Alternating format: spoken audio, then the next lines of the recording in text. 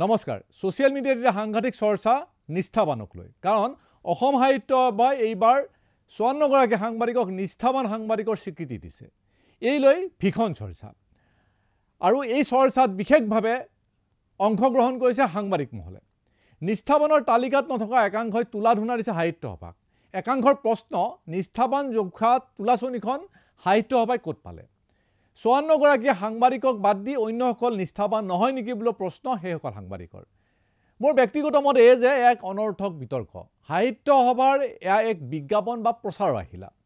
সাংবাদিকক বঁটা সম্বৰ্ধনা দিয়াৰ ক্ষেত্ৰত এই নীতি বহু আগৰ পৰাই চলি আহিছে আৰু এই ধৰণৰ নীতি প্ৰায় সকলে ব্যৱহাৰ কৰে যিমান বেছি সাংবাদিকক বঁটা দিয়া হয় বা সম্বৰ্ধনা দিয়া হ'ব সিমানে বেছি প্ৰচাৰ চলে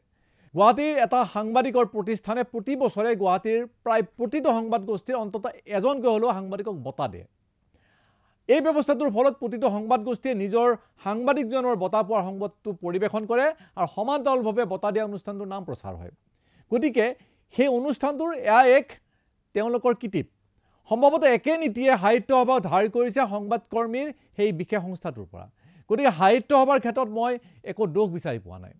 প্ৰচাৰ বা বিজ্ঞাপনৰ ক্ষেত্ৰত এয়া সাহিত্য সভাৰ সঠিক পদক্ষেপ বুলিয়ে ক'ব পাৰি কাৰণ ইয়াৰ জৰিয়তে প্ৰচাৰ হৈছে প্ৰসাৰ হৈছে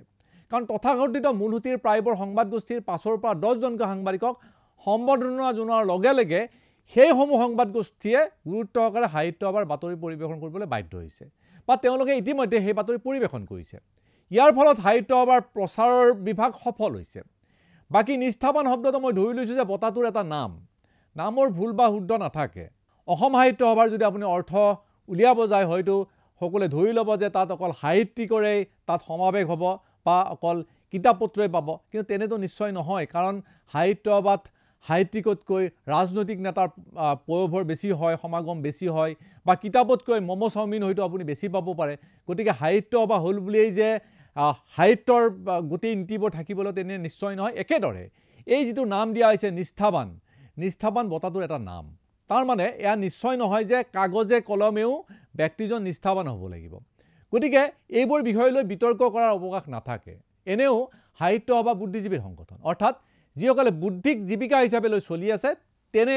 সকল লোকৰ সাহিত্য সভাৰ অনুষ্ঠান গতিকে তেনে চাম বুদ্ধিজীৱী সাহিত্য সভাৰ প্ৰচাৰৰ বাবে লোৱা পদক্ষেপত ভুল নিশ্চয় থাকিব নোৱাৰে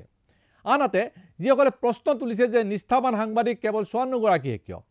বাকীবোৰ নিষ্ঠাবান নহয় নেকি এয়াও এক অবান্তৰ প্ৰশ্ন কাৰণ নিষ্ঠাবান সাংবাদিক বঁটা সাহিত্য সভাই প্ৰথমবাৰৰ প্ৰয়াস হয়তো অহা বছৰলৈ সাহিত্য সভাৰ প্ৰচাৰ প্ৰসাৰৰ কথা আগত ৰাখি ১০০ গৰাকী সাংবাদিকলৈ নিষ্ঠাবান সাংবাদিক বঁটা আগবঢ়াব পাৰে এইবাৰ বঁটাৰ জনপ্ৰিয়তালৈ চাই সেই আশা আমি নিশ্চয়কৈ কৰিব পাৰোঁ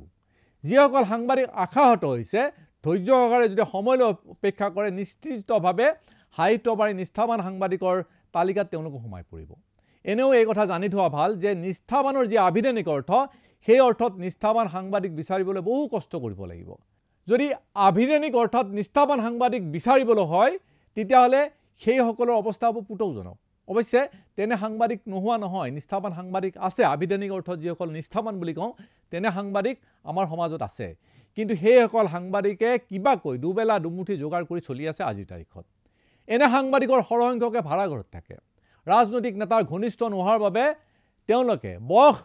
ভাতি দিয়াৰ পাছতো হাউচিঙৰ সাধাৰণ ঘৰ এটা তেওঁলোকৰ ভাগ্যত মিলা নাই কাৰণ ৰাজনৈতিক নেতাৰ ওচৰত তেওঁলোকে নাচাপে বা সাংবাদিক বৃত্তিটোৰ প্ৰতি তেওঁলোক সাংঘাতিকভাৱে নিষ্ঠাবান সাংঘাতিকভাৱে পবিত্ৰ তেওঁলোক আৰু যাৰ কাৰণে এইসকল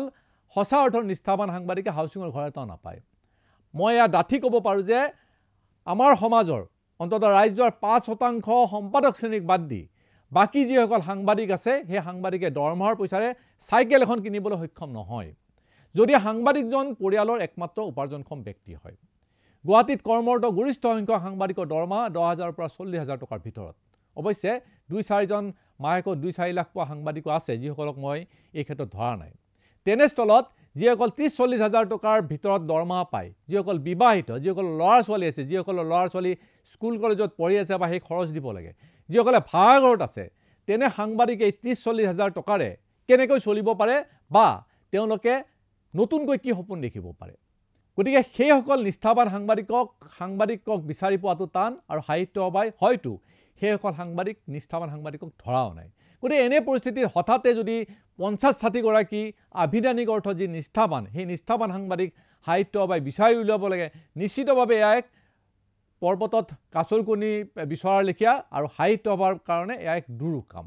সেই ধৰি লৈছোঁ যে সাহিত্য সভাই প্ৰয়োগ কৰা নিষ্ঠাবান শব্দটো এটা নামহে আৰু এই নামটোক লৈ কোনো বিতৰ্ক হ'ব নালাগে বুলি আমি বিবেচনা কৰোঁ আৰু সেইটোৱে কৈছোঁ যে সাহিত্য সভাই নিশ্চিতভাৱে প্ৰচাৰ আৰু প্ৰসাৰৰ কাৰণে হয়তো এই ব্যৱস্থা হাতত লৈছে ধন্যবাদ